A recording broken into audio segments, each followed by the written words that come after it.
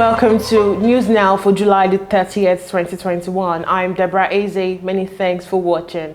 We begin from Nigeria, where the federal government has said that the country needs 2.3 trillion naira to address for its National Integrated Infrastructural Master Plan. Secretary to the Government of the Federation, Boss Mustapha, said this in Abuja at a town hall meeting themed Nigerian Infrastructure Revolution, Road to a New Future.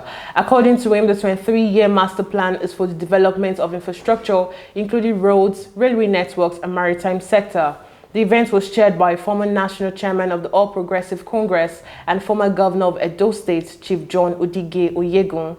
Mustafa said, conscious of the economic disruption caused by 2016 recession and COVID-19 as well as challenges of the previous reforms, the federal government raised the 23-year National Integrated Infrastructure Master Plan that identified critical enablers. For the 23-year period, $2.3 trillion will be required, translating to about $150 billion annually, and the private sector and other partners have to provide 56%, while federal government and state governments will provide 44% of the share of the investment.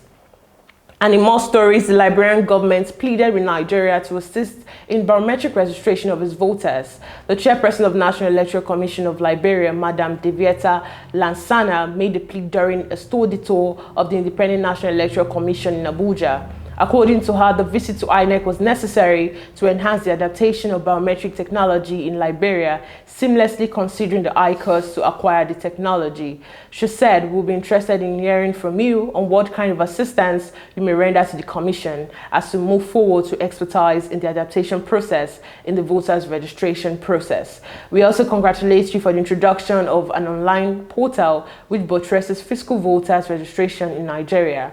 INEC Chairman Professor Mahmoud Yakubu assured the delegation of INEC support. He said the Commission will continue to strengthen the long-standing partnership with Liberia in the spirit of peer support. Yakubu explained that Nigeria was increasingly moving away from the manual processes by deploying more technology for the transparency and credibility of the electoral process. And in Africa, several hundred people took to the streets in Chad's capital, N'Djamena, to protest against the ruling military junta.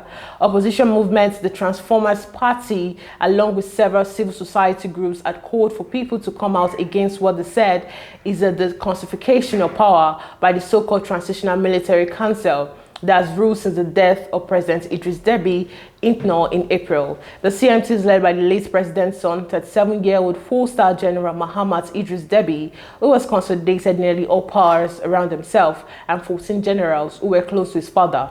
They demanded a national conference over all the junta, charter, and restore democracy in the former French colony. Some protesters expressed anti-French sentiments with signs reading France out of Chad and by burning French flags. French President Emmanuel Macron met with the new ruler while attending Idris Deby Itno's funeral. The ruling junta has said democratic elections will be held at the end on an 18-month transitional period. But with the parliament having been dissolved and the constitution repealed, many in Chad fear for the future of democracy. And away from that story onto the international scene, India reported 44,230 new COVID-19 cases on Friday, the most in 3 weeks, the latest evidence of a worrying trend of rising cases that has forced one state to lock down amid fears of another wave of infections.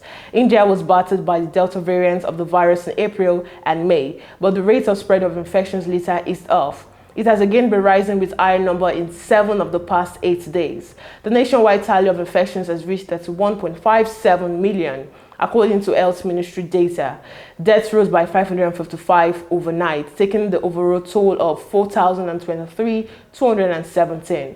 Medical experts in late June said a third wave of coronavirus infection was likely to hit India by October, though it will be better controlled than the devastating April to May outbreak. Health experts have called for faster vaccination to stave off another big surge.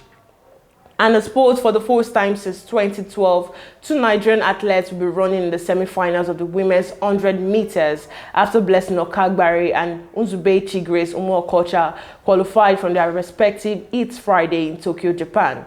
Nwokocha had to run a new personal best of 11.00 seconds to secure a qualification to the semis in what is a debut Olympic Games. The 20-year-old has also moved into the 5th in the Nigerian all-time list behind Okagbare for 10.79, Gloria Loze for 10.90, Mary Onyali for 10.97, and Damola Oshayomi for 10.99. The Nigerian-based athletes who ran 11.09 seconds personal best at that time back in March to secure qualification for the Olympics at the MOC Grand Prix in Lagos will, however, need to make future history by breaking the 11-second barrier to stand a chance of joining Onyali and Okagbare as debutants who ran for the final of the 100-meter event.